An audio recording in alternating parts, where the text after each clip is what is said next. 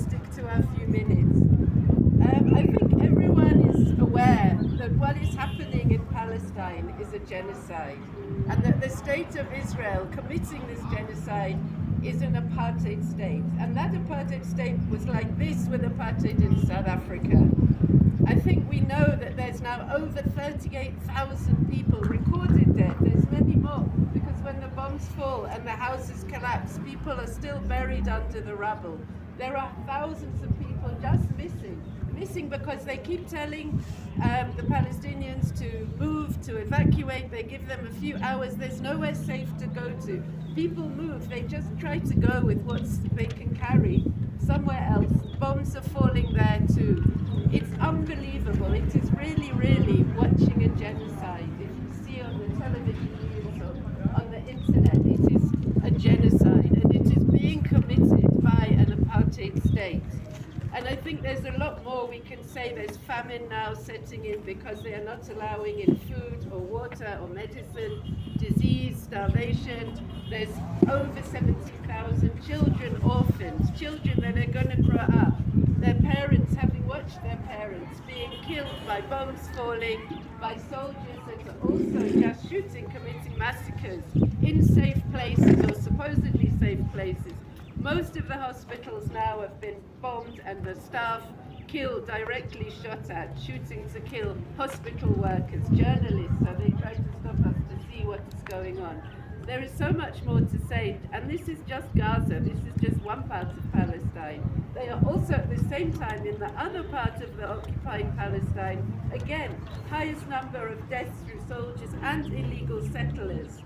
Some of whom are actually South Africans, white apartheid Afrikaner South Africans that converted, set up these illegal settlements in Palestine when apartheid, they could see what's coming to an end here in Masafa Yatta, where they are trying to remove, these people have no weapons, they are not fighting back in that way, but they are fighting like people here do, simply by refusing to move from their land.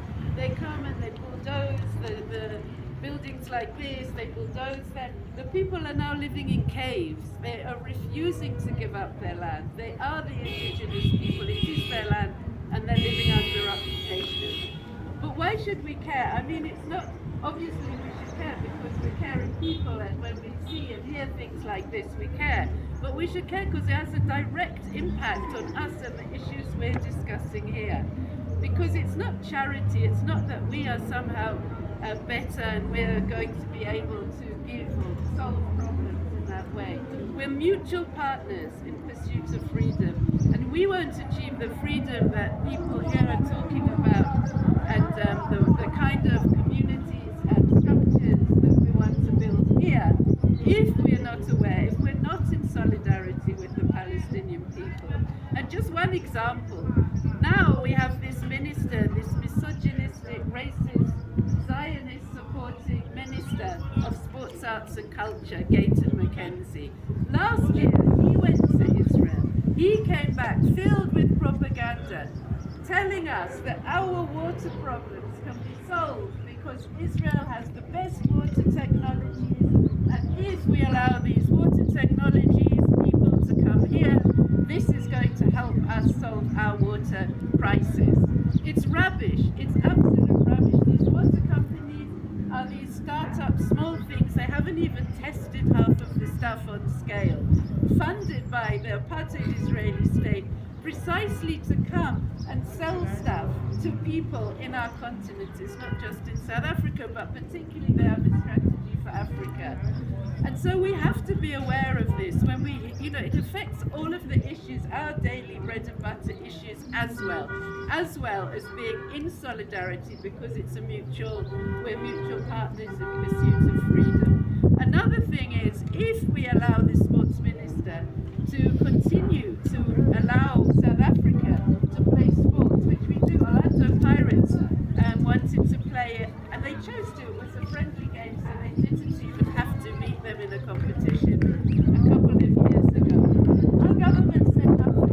On the one hand, we're very pleased in taking Israel to the international court, the highest UN court, on the charge of genocide, and demanding that the world pays attention attention and calls out the genocide. But on the other hand, we are still trading with apartheid Israel. We're still playing sports. The Olympics is coming. The South African Olympic Committee has not called for a boycott as yet. We're trying to put pressure on them. We're not going to play sports with a genocidal state, teams that represent with the flag of that state in exactly the same way that we called on the international community during our struggle. And we got apartheid South Africa kicked out of the Olympics, kicked out of international sports things, because we knew that those sports, when these white rugby teams and so on went to play internationally, all they were doing was making it look to the rest of the world like everything was fine, like it's a fine place, we can play sports, and we had the slogan, no sport, and what does it know? No normal sports with an abnormal society. And they were invading rugby pitches in other parts of the world, in New Zealand and in the UK, anti-apartheid activists and calling for their countries to refuse. So we have to be wary. Again, if we look in our continent, you saw in Kenya recently, people who were protesting about an increase in taxes that was going to really have a huge impact on impoverished people. And many people were killed by this kind of a paramilitary police. That police was set up in collaboration with apartheid Israel. Those soldiers and those police that we see shooting in Palestine trained those police, this paramilitary police in Kenya. The tear gas that was thrown at people, it comes from apartheid Israel. Kenya buys these military and these security social things. Only countries that want to repress their own people or fuel conflicts in our continent are going to buy this kind of equipment from an apartheid state. Again, if you look at the Sudan, Israel is deep meddling about in there. Before this now recent conflict, they were putting pressure with the US through the UAE on the government there to normalize relations, to make have diplomatic and trade, again, military cooperation. So they are deep now meddling. They say they are playing a role for peace, but anywhere there's an apartheid state that's trying to flog weapons, it's not peace, it's just making more problems. The DRC also, they have a history of these corrupt billionaire Israeli mining people who unbelievable, I can't even get my head around of it, but Dan Gertler, if you look up the name Dan Gertler as an example, and he's praised by his own government, even America, I think, has put some kind of sanction on him because of the corruptness that he does dealings with the government, this government and the new government, and it's a whole big mess. But it's part of the land thefts, it's part of also the problem of poverty that's created there that makes people to move and to move also to South Africa.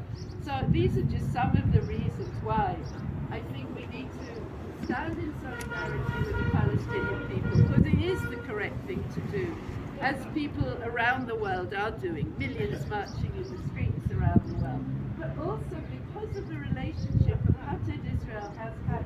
The first person who called Israel an apartheid state was Verwoerd, the very architect of apartheid here, 1961 or so. And he should know because he invented apartheid.